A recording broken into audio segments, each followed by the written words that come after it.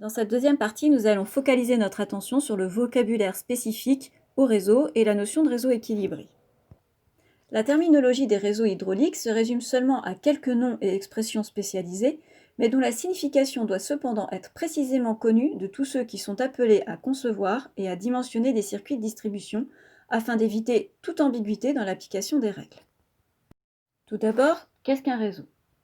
Un réseau est un ensemble des circuits nécessaires pour alimenter la totalité d'unités terminales ayant certaines caractéristiques en commun, par exemple leur température de fonctionnement.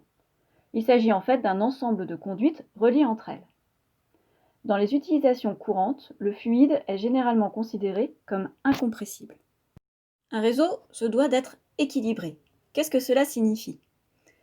Un réseau est équilibré lorsque les débits et températures sont répartis correctement en fonction des usages et équitablement en tenant compte des modifications qui peuvent survenir en cours d'utilisation.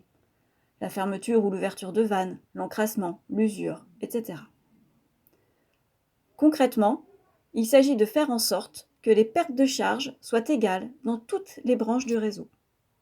Équilibrer un réseau a deux objectifs principaux. Le premier est le confort des utilisateurs. On peut voir sur la figure de gauche le cas d'un réseau de chauffage non équilibré et sur la figure de droite le cas d'un réseau équilibré. À gauche, certains utilisateurs ont trop chaud et d'autres ont trop froid, ceux qui sont placés le plus loin de la chaudière. Dans le cas du réseau équilibré, tous les utilisateurs ont la bonne température. Le deuxième objectif, ce sont les économies d'énergie. Équilibrer un réseau permet de diminuer la dépense énergétique de 10 à 20% selon les cas.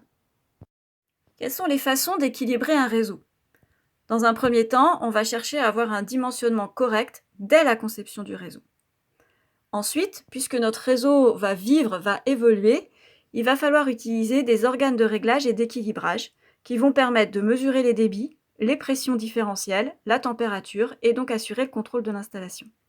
Ces organes peuvent être des vannes d'équilibrage pour les réseaux hydrauliques, comme vous pouvez voir sur les trois figures en bas à gauche, et dans le cas des réseaux aéroliques, des registres.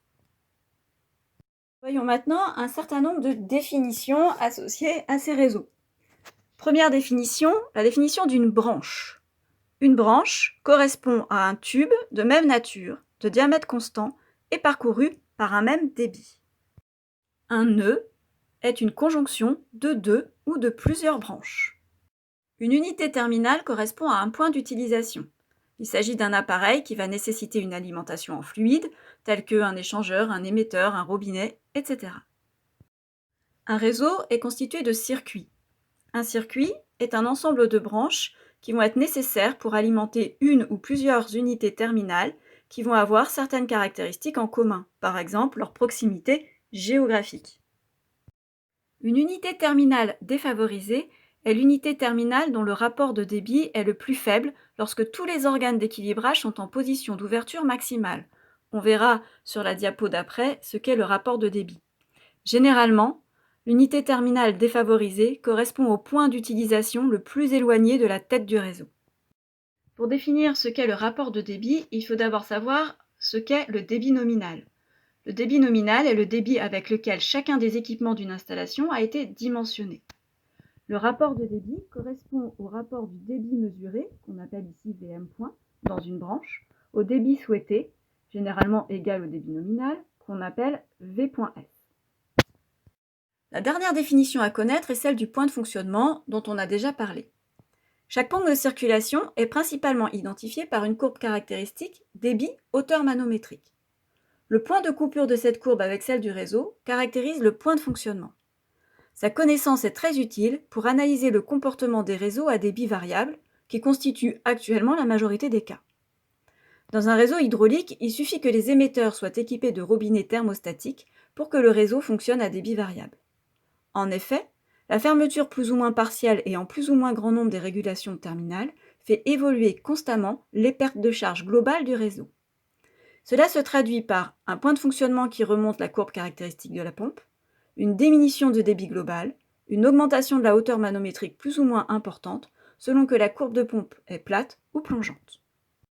Pour terminer avec la terminologie des réseaux, nous allons voir les 4 différents types de réseaux qui existent.